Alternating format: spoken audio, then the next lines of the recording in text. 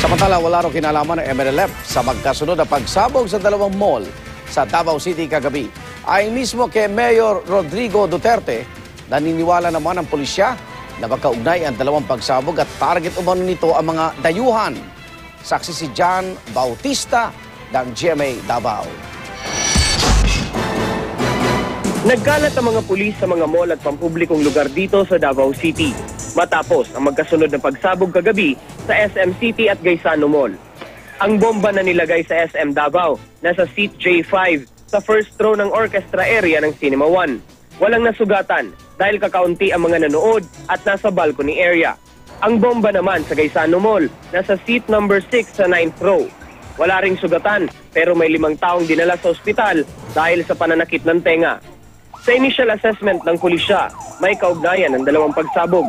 Pawang cellphone detonated na IED ang ginamit, pero hindi raw tangkang pumatay ng maraming tao, kundi maghasik lang ng takot. Lugar na dili kayo maximum ang casualty, di ba? So, ang bulabog. Matapos ang pagsabog sa Gaisano, nagpakita roon si Rolando Olamit, ang City State Chairman ng Moro National Liberation Front, na kaalyado ni Chairman Nur Miswari. Definitely starting to do with MNLF. Kapilan ako nagbalik-balik kong statement nga I am here sa MNLF sa Davao City supporting the peace and order. Very loud, declare po na ni Mayor o ni Chairman Nur Miswari. Ang marching order sa MOA is to assess and help the peace and order Davao City. Sa press conference kanina, sinabi rin ni Mayor Duterte na nakausap niya si Miswari at itinangging may kinalaman sa dalawang pagsabog. We cannot attribute or we will not go into a blame game because we do not know. Available statements from the witnesses sa pangyayari. I said we will still try to gather evidence. Ang tila lumalabas na anggulo ang banta ng pag-atake sa mga dayuhan, lalo na sa mga Amerikano sa Mindanao.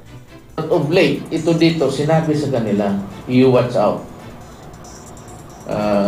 There are reasons given, if ever kung mangyari ito, bakit ganito, bakit ganon.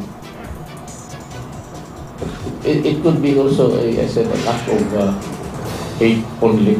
Ayaw magkomento ng US Embassy sa Manila.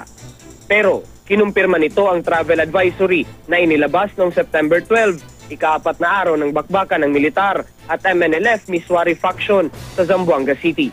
Babala ng embassy sa mga Amerikano sa Pilipinas, may credible threat daw sa mga dayuhan sa Southern Mindanao, kabilang ang Davao City. Kaya iwasan ang pagpunta sa mga mall o ibang lugar na madalas puntahan ng mga dayuhan. Ako si John Bautista, ang inyong saksi.